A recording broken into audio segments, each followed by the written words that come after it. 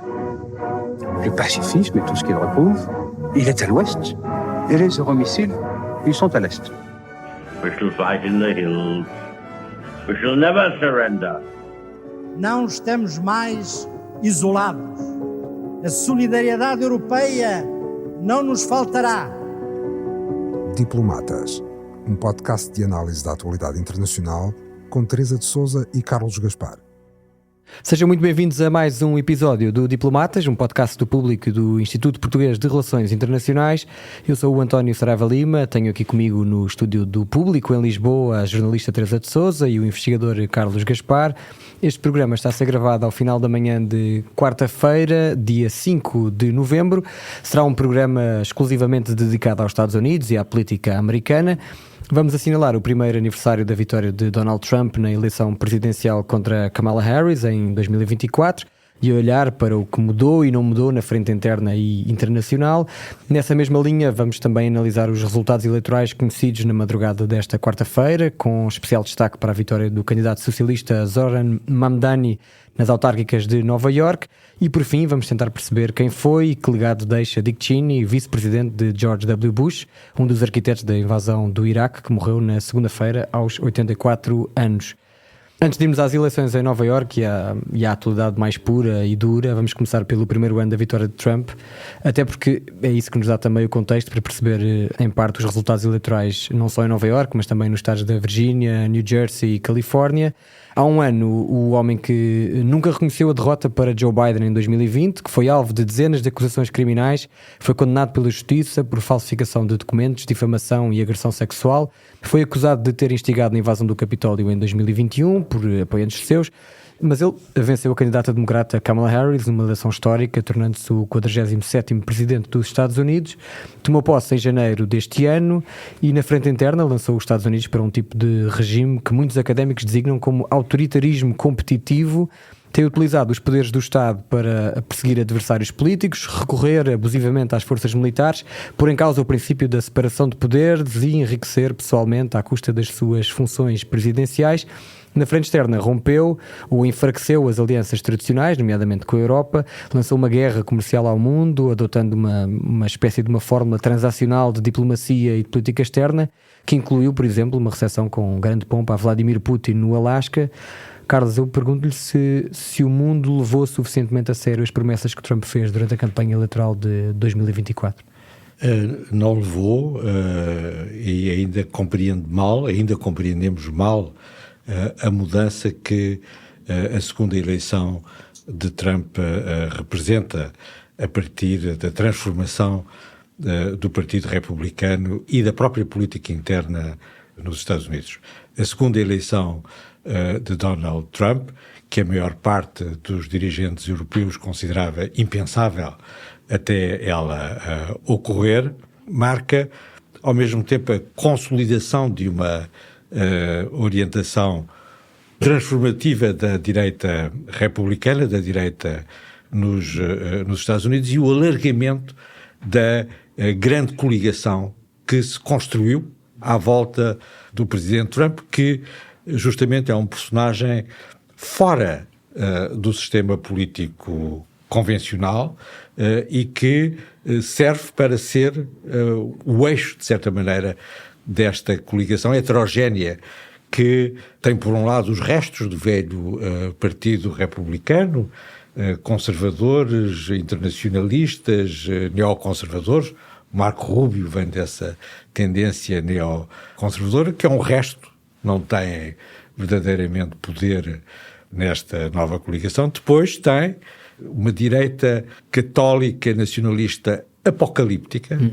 Eu sei que nós não costumamos associar apocalíptica e a direita, sabemos o que é uma esquerda revolucionária, mas não associamos a direita a uma visão apocalíptica, mas há essa visão apocalíptica. Historicamente, aliás, é uma corrente muito forte no catolicismo, e não apenas no catolicismo reacionário, como é o caso dominante na política norte-americana. O Arnold Toynbee era um católico apocalíptico, achava nos anos 30 do século passado que a civilização ocidental estava a terminar e que era possível que uma elite católica conseguisse dar uma segunda chance, como deu, designadamente na Europa, a seguir à Segunda Guerra Mundial, à civilização ocidental. Há, portanto, uma linha respeitável que sustenta essa posição. A versão encarnada pelo vice-presidente J.D. Vance é uma linha católica, nacionalista, reacionária e apocalíptica, e ele acha que a civilização ocidental e os Estados Unidos, como o seu principal garante, já acabaram, mas talvez ainda seja possível ressuscitar, para usar um termo mais católico. Exato. E finalmente, e é difícil encontrar uma linha mais diferente do que a direita apocalíptica reacionária, existem os tecnocratas libertários, que são, à partida do ponto de vista filosófico, a própria negação do que é um conservador nacionalista e por aí fora. Elon Musk foi um pouco a cara dessa corrente, mas essa corrente inclui uma boa parte das principais empresas da nova economia digital, que não só vão dominar a economia norte-americana e a economia internacional, como têm uma visão sobre a transformação não apenas da sociedade moderna, mas também o que é o homem novo na sociedade. E querem estar mais perto dos centros de decisão, não é? Digital. Eles acham de si próprios que eles são o centro. Eles são o centro de decisão. A decisão, o Estado norte-americano é um instrumento, nos melhores casos, um obstáculo. Aquilo que é o instrumento fundamental da ala conservadora e da linha da direita nacionalista para os libertários, mas justamente o que é interessante nesta transformação radical do Partido Republicano e da direita norte-americana é esta capacidade de reunir correntes tão diferentes, não é? É ser uma coligação tão heterogénea que quis convergir para transformar a política americana e a política mundial. Não se trata apenas dos Estados Unidos. Teresa, num artigo que assina na edição desta quarta-feira do Público, a Teresa refere-se à política externa de Trump como 9 meses a destruir a ordem internacional que a América criou. Eu pergunto-lhe, até tendo em conta que ainda só passaram 9 meses, se acha que essa destruição é irreversível? Não sei se é irreversível, mas creio que haja o que houver depois de Trump, regressar à situação, à ordem internacional que havia antes da sua eleição e que os Estados Unidos criaram depois da Segunda Guerra Mundial, que durou 80 anos e que lhes serviu muitíssimo bem, como nós sabemos. Não sei, pode ser mudada, mas não creio que se possa voltar à situação anterior, até porque a política de destruição da ordem internacional liberal que Trump levou a cabo e continuará a levar a cabo nestes 9 meses, provoca reações. Claro. Não é só uma ação. Todas as ações provocam reações e o resto do mundo, democracias, autocracias, o chamado Sul Global, que sofreram e ainda sofrem uma onda de choque violenta desta ruptura radical da maior potência do mundo, de muito longe ainda, têm as suas próprias estratégias de curto e de médio prazo para lhe responder. Evidentemente, no centro desta transformação está, já voltamos a isso daqui a pouco, a relação que hoje domina a cena internacional, que é a relação entre a superpotência estabelecida e a potência que a quer substituir, ou seja, a China. Agora, dentro da administração de Trump. Trump é errático, é difícil compreender ou aceitar que ele tenha na cabeça dele uma linha definida para a política internacional, a não ser a ideia de fundo, que é destruir uma ordem que ele considera obsoleta, nas palavras de Marco Rubio, aliás, e que ele considera que só serviu para tirar proveito da América sem pagar nada em troca. Na política externa desta administração há duas correntes que ainda não sabemos qual terá o efeito dominante. Há a corrente simbolizada pelo movimento MAGA e que tem cara principal o vice-presidente J.D. Vance, mais isolacionista, e que é isolacionista. A América não tem de se meter nas questões internacionais. Ele próprio disse durante a campanha eleitoral ainda: não tenho nenhum interesse sobre o que se passa na Ucrânia. Sim. Foi uma das frases que ele mais repetiu. E há uma corrente que, de alguma maneira, Marco Rubio ainda simboliza, que há uma corrente que defende que os Estados Unidos devem utilizar a sua força, que é muita, para moldar o mundo e, sobretudo, eleger a China como o seu grande desafio estratégico e concentrar esforços na contenção da China. Como é que estas duas correntes se influenciam uma à outra e influenciam Donald Trump? Há momentos em que parece que uma ganha relevância, há momentos em que parece que outra ganha relevância. O presidente Trump é um presidente errático e pouco preparado, que olha para o mundo como um negócio que ele faz com um outro concorrente ao mesmo contrato, à mesma riqueza, e, portanto, não sabemos qual das duas ele privilegia, mas um presidente que chegou à Casa Branca dizendo: quero acabar com as guerras todas em que os Estados Unidos se envolveram, estão envolvidos ou possam vir a envolver-se. Na prática não tem sido bem isso que ele tem feito. Intervém no Médio Oriente com o bombardeamento das centrais nucleares iranianas, está numa manobra de cerco militar à Venezuela.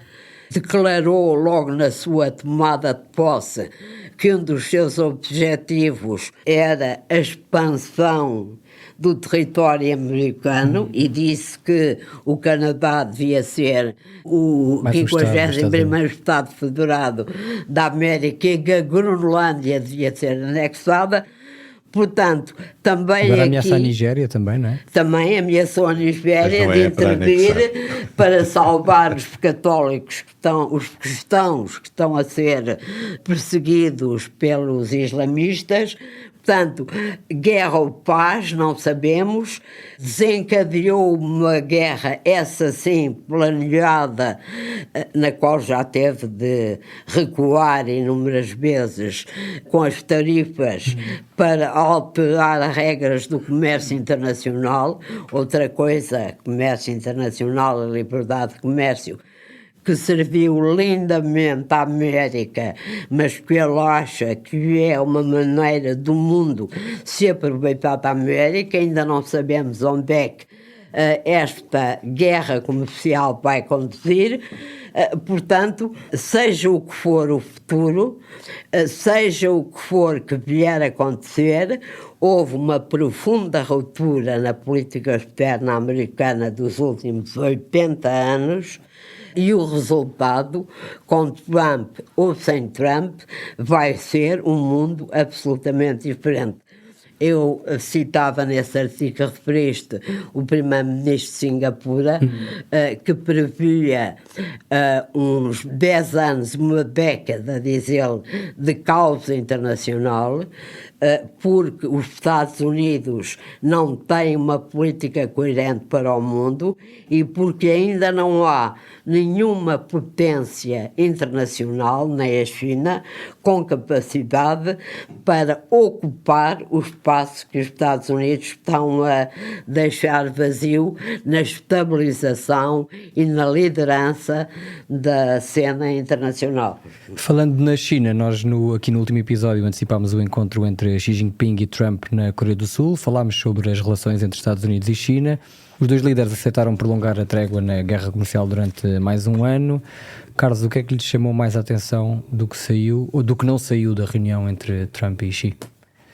A única coisa que nós sabemos que saiu foi um adiamento de um ano para a próxima etapa do choque entre as duas estratégias de desacoplamento. A estratégia chinesa, que é uma ameaça sobretudo para a Europa e para o Japão, com as restrições ao acesso às terras raras e aos minerais críticos, e a estratégia de desacoplamento dos Estados Unidos, que continua em curso. Nós não fazemos a menor ideia do que é que se passou na Cimeira. A Casa Branca publicou uma lista de decisões importantíssimas que tinham sido tomadas, que é uma lista de coisas completamente vagas.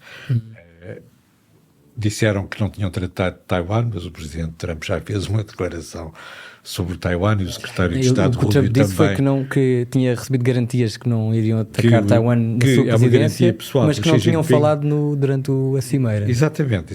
Mas, portanto, as coisas são... Nós não sabemos o que é que se passou. A única coisa que nós sabemos, além de que houve um adiamento de um ano, é que ela durou 1h30. O que significa que estiveram a falar 45 minutos, porque os outros 45 minutos são tradução para a interpretação. Naturalmente, não sabemos, mas podemos conjecturar duas coisas, e são conjecturas apenas. A primeira é a de que, ao contrário da maior parte dos dirigentes europeus e do seu predecessor, o presidente Trump não tem medo da China. A segunda é que, como estava a dizer a Teresa, e tem toda a razão, a estratégia norte-americana é o caos, é uma espécie de estratégia maoísta, não é? Os americanos querem esse caos, querem toda a gente, incluindo a China e a Rússia e também os seus aliados europeus, asiáticos e por aí fora, querem-nos todos em desequilíbrio para, por um lado, ganharem tempo, porque os Estados Unidos precisam de ganhar tempo para consolidar a sua vantagem competitiva no domínio tecnológico e também para consolidar a sua autonomia estratégica no controle das cadeias de produção, que ainda é um processo em curso acelerado, mas é um processo em curso. Esta semana a NVIDIA construiu o primeiro semicondutor inteiramente feito nos Estados Unidos, em território norte-americano, em parte porque já existe uma fábrica da TSMC de Taiwan no Arizona. A orientação é clara: autonomia estratégica, garantir um controle, a reconstrução das cadeias de produção, reestruturar as linhas de circulação e completar a criação de uma nova economia. Nesse processo, a China vai perder terreno, já está a perder terreno. As últimas estatísticas são tremendas. São tremendas. Em 2020, a economia chinesa valia, em termos de volume bruto, 3/4 da economia norte-americana.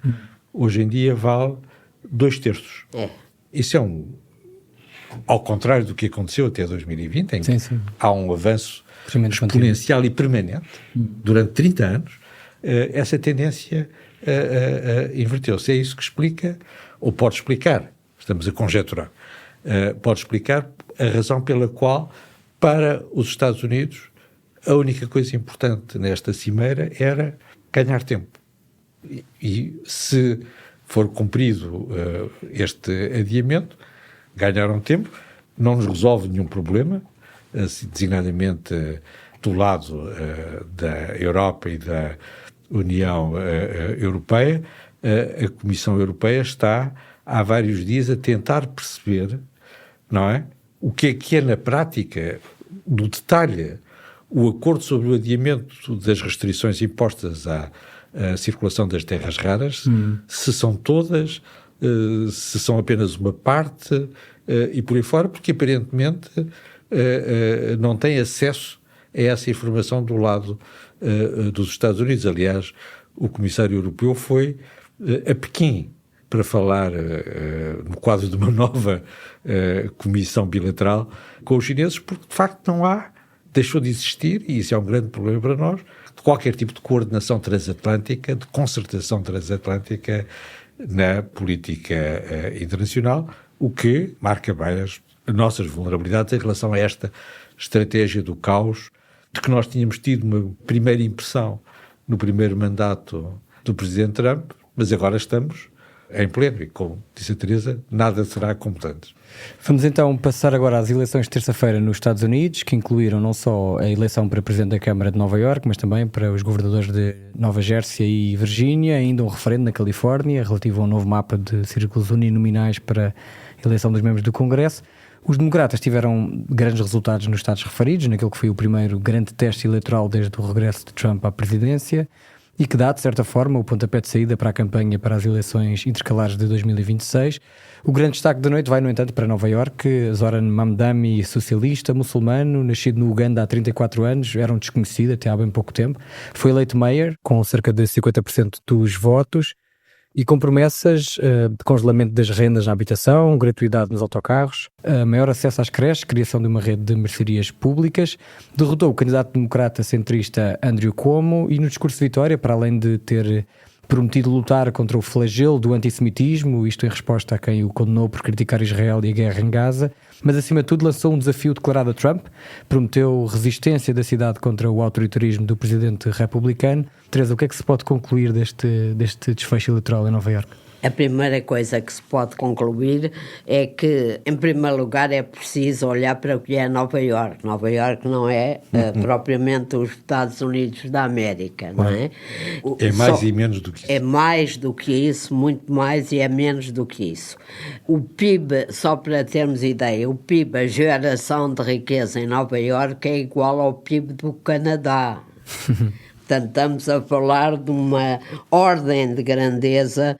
São 8 milhões de pessoas, tem gente de todo o mundo, americanos e imigrantes, todos convivem bem, não há problemas grandes de convivência entre judeus, muçulmanos, hispânicos, italianos que já lá estavam, irlandeses que já lá estavam. Portanto, aquilo funciona com relativa harmonia, mas as pessoas nesta altura, nem na América, na Europa, olham com interesse para coisas novas.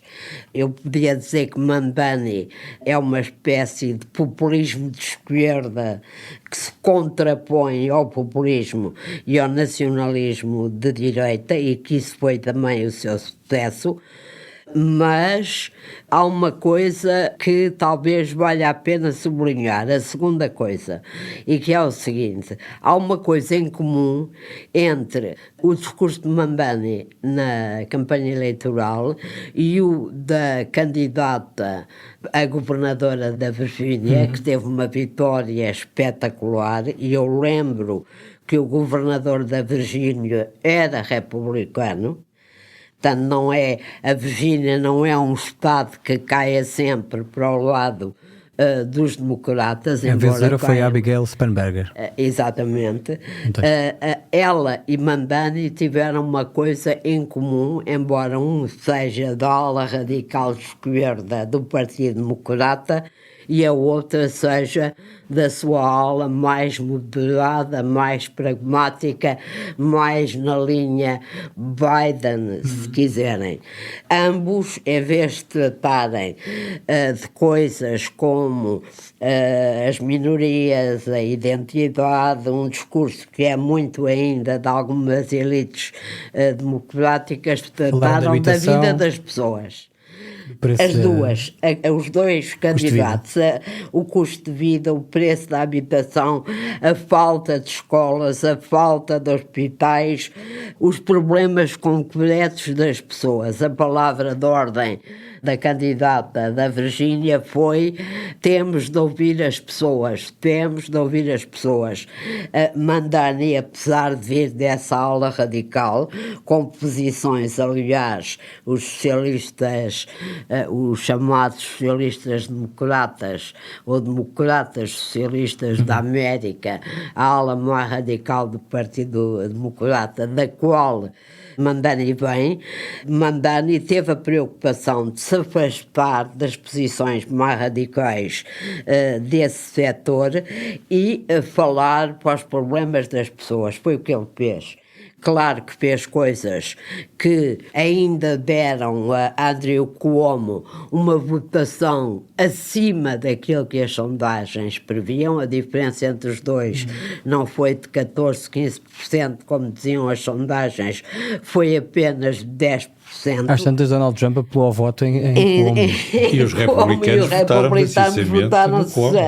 Mas o que eu estava a querer dizer é que Mandani, além de ser um comunicador fantástico, além de ser jovem e dinâmico, além de ter feito uma campanha muito nas redes sociais, na internet, como fez aliás Obama em 2008, além de moderar as suas posições mais extremas, que não agradariam a muita gente, falou dos problemas das pessoas, prometeu coisas que os votantes do Cuomo, como eu estava a dizer, há reportagens interessantíssimas na boa imprensa norte-americana, os votantes de Cuomo não engoliram, entre aspas.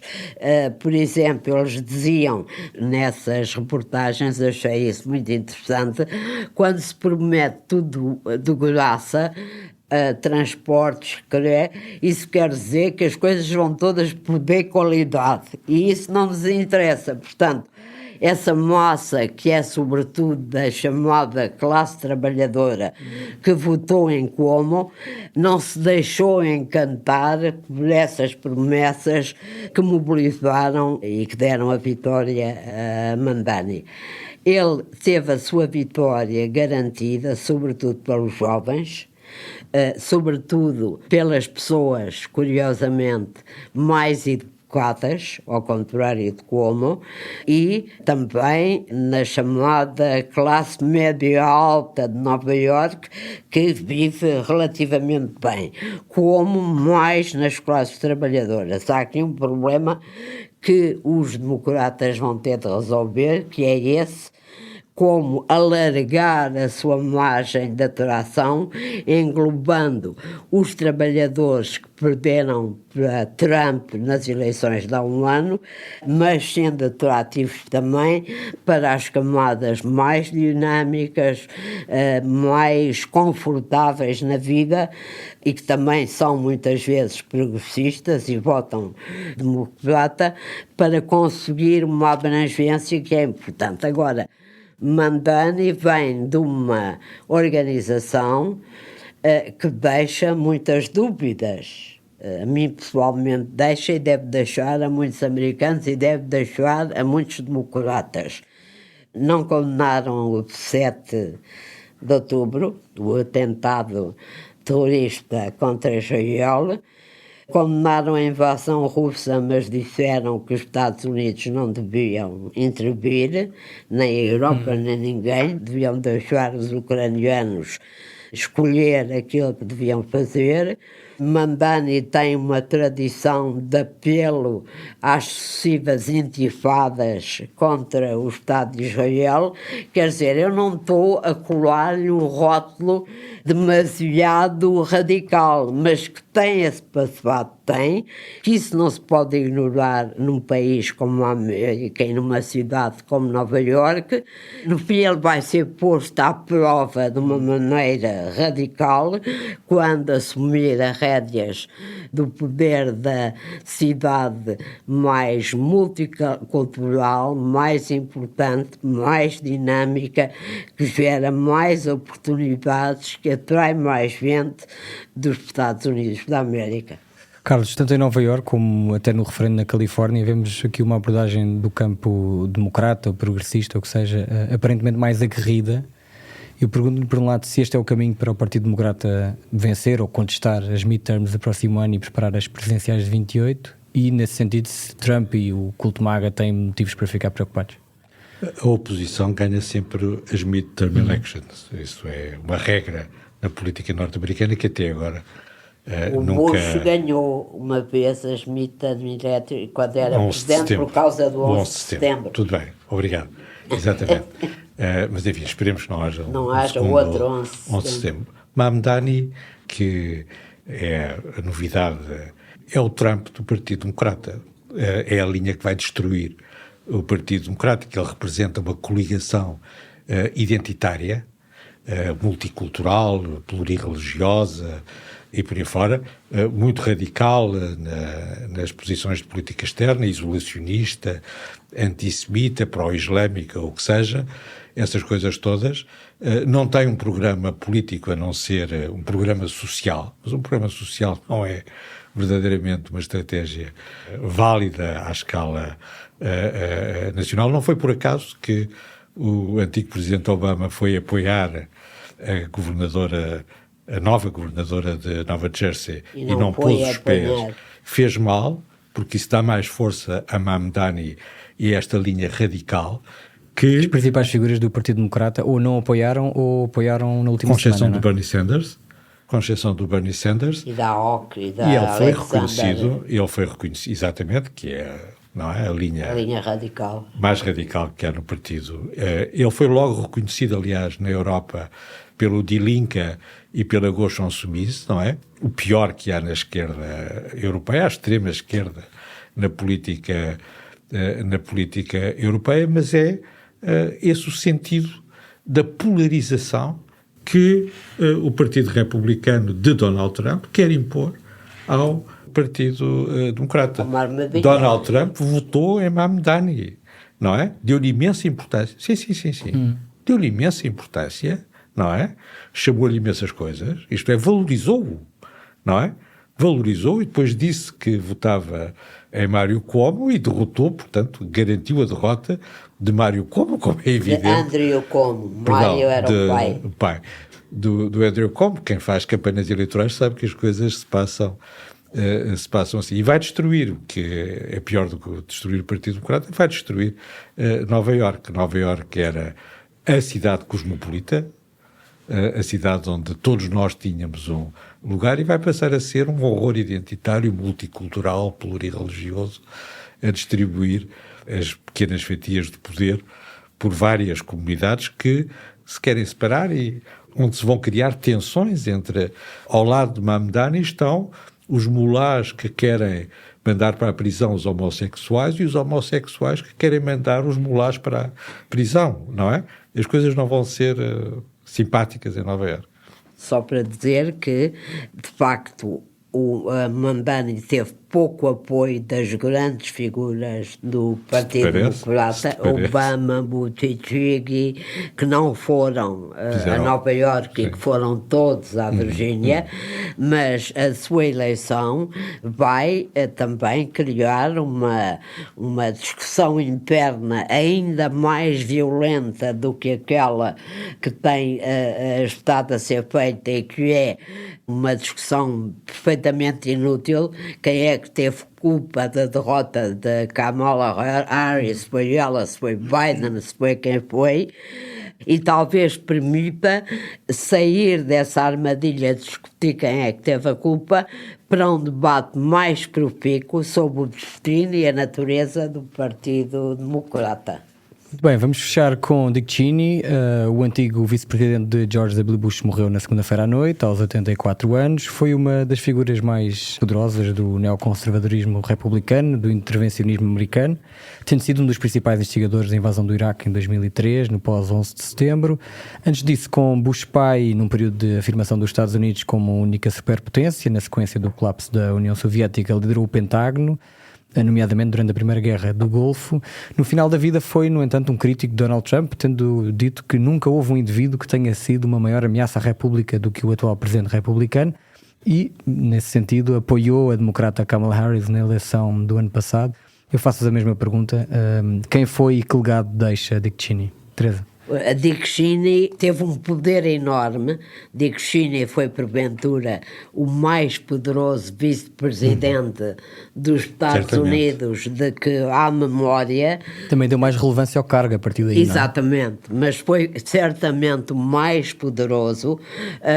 George W. Bush, é bom lembrar-nos, foi eleito presidente sem ter grande experiência da política internacional. Na campanha nunca mais esquece dessa coisa. Perguntaram-lhe o que é que ele pensava dos Talibã e ele disse, mas isso é uma banda rock? Desconheço. Teve uma assessora, uma consultora, uma educadora que foi a Condoleezza Rice, que depois foi a sua Conselheira Nacional de Segurança e depois Secretária de Estado, mas Dick Cheney foi o verdadeiro poder nos 2 anos de Bush. Ele não era um neoconservador, ele utilizou os neoconservadores, naturalmente, que diziam que os Estados Unidos tinham como obrigação expandir a democracia no mundo, nem que fosse pela força. Ele era um imperialista no sentido, apesar de tudo, benigno da palavra, que achava que os Estados Unidos, depois da queda da União Soviética, deviam exercer o seu poder unilateral, porque tinham força para isso, tinham interesse nisso e tinham de responder de uma maneira musculada e radical ao 11 de setembro. Naturalmente, é bom ver que ele é o vice-presidente do 11 de setembro, não podemos esquecer esse pequeno, enorme pormenor, e que conduziu na prática com uma espécie de gabinete sombra no seu próprio gabinete de vice-presidente, que liderou a política externa americana nos 2 mandatos de George Bush. Ele tinha uma regra que foi muito comentada na altura, eu lembro-me disso, que era, se tivermos a suspeita de uma ameaça aos Estados Unidos, se essa suspeita for de 1%, devemos antecipar-nos e eliminá-la. Era a chamada guerra preventiva, depois Rumsfeld, o chefe do Pentágono, também desenvolveu e praticou em comunhão estreita com Dick Cheney, muito mais do que com o próprio George W. Bush. A Europa teve uma experiência muito negativa com ele, porque depois do 11 de setembro ele veio dizer aos europeus que se ofereceram, aos aliados da NATO, que se ofereceram para ativar o artigo 5º do tratado, o ataque a um é um ataque a todos, para poderem apoiar a resposta americana, e ele disse, não precisamos de vocês para nada. Foi o Rumsfeld, mas o Dick Cheney pensava exatamente a mesma coisa. Sim, foi o Rumsfeld que veio à Europa dizer aos europeus, não precisamos de vocês para nada, como de facto precisaram pouco, a não ser do Reino Unido, naturalmente, e de alguns países do leste europeu que já tinham entrado na NATO no tempo de Clinton e que ainda viam nos Estados Unidos a sua grande força protetora e o grande responsável pela sua libertação, mas teve sempre esse comportamento unilateral e fez coisas altamente condenáveis, como as leis que permitiram a tortura dos suspeitos de terrorismo, já nos esquecemos disso, e que são de má memória. Como, e Guantánamo. Fez Guantánamo, exatamente, uma coisa igualmente terrível para a própria democracia americana, e há alguns analistas que dizem hoje que foi de alguma maneira um precursor do homem que hoje critica furiosamente Donald Trump, com a tentativa de uma grande concentração de poder na mão do Presidente da República, da presidência, do Presidente e dele próprio, que de alguma maneira foi justificada, devemos sempre lembrar-nos disso, pelo 11 de setembro. É o grande incentivador da Segunda Guerra do Iraque, com um pretexto que justamente é 1% de dúvida, portanto a gente elimina o regime de Saddam Hussein, que ele acusava de ter armas químicas e biológicas. A guerra do Iraque acabou por criar primeiro um consenso alargado entre os dois partidos americanos, mas depois uma crítica também comum aos dois partidos americanos. Não correu bem, naturalmente. A teoria de que se devia impor a democracia pela força também não deu grande resultado, mas hoje toda a gente lamentou a sua morte. Hillary Clinton, Nancy Pelosi, Bill Clinton, Barack Obama, porque de facto Joe Biden, porque de facto ele de alguma maneira, segundo eles dizem, quando lamentam a sua morte, fez o que pôde para defender o que ele pensava ser o interesse da América na altura e, sobretudo, se redimiu, representando agora o velho Partido Republicano que Donald Trump destruiu. É o anti-Trump. Carlos abanou aí a cabeça em alguns momentos. É o anti-Trump, eu não acho... É, de facto, o homem que vai restaurar a presidência imperial depois do traumatismo do Vietnã. E do Vietnã. Do traumatismo do Vietnã. É ele que é secretário da Defesa na primeira guerra do Iraque e é uma das autoridades que, junto do primeiro presidente Bush, impõe a linha de intervenção, que rompe esse trauma do Vietnã e que começa a alterar, sobremaneira na Segunda Guerra do Iraque, onde ele já é vice-presidente, a alterar a balança entre o presidente e o Congresso dos Estados Unidos, designadamente nas questões da guerra e da paz. Mas ele restaura essa presidência imperial como um intervencionista na política internacional. E Trump é o contrário. Esse ciclo de intervenções termina com o presidente Barack Obama e prolonga-se com o presidente Donald Trump. São ciclos completamente diferentes, mas também visões políticas completamente diferentes. O China lembra-me um pouco o presidente Daladier na Primeira Guerra Mundial, quando lhe perguntavam o que é que ele fazia, ele dizia de manhã, presidente do Conselho francês, Sim, presidente do Conselho francês, que dizia que de manhã faço a guerra, à tarde faço a guerra e à noite faço a guerra. Meus caros, ficamos por aqui hoje. Muito obrigado pela vossa análise e um agradecimento muito especial aos nossos ouvintes. Se não subscreveram ou avaliaram o podcast, por favor façam, é uma grande ajuda para este projeto. Podem sempre enviar perguntas por e-mail para antonio.lima@publico.pt ou para podcast@publico.pt. Nós voltamos para a próxima semana com mais um episódio. Até lá. O podcast Diplomatas é uma parceria Público-IPRI, Instituto Português de Relações Internacionais.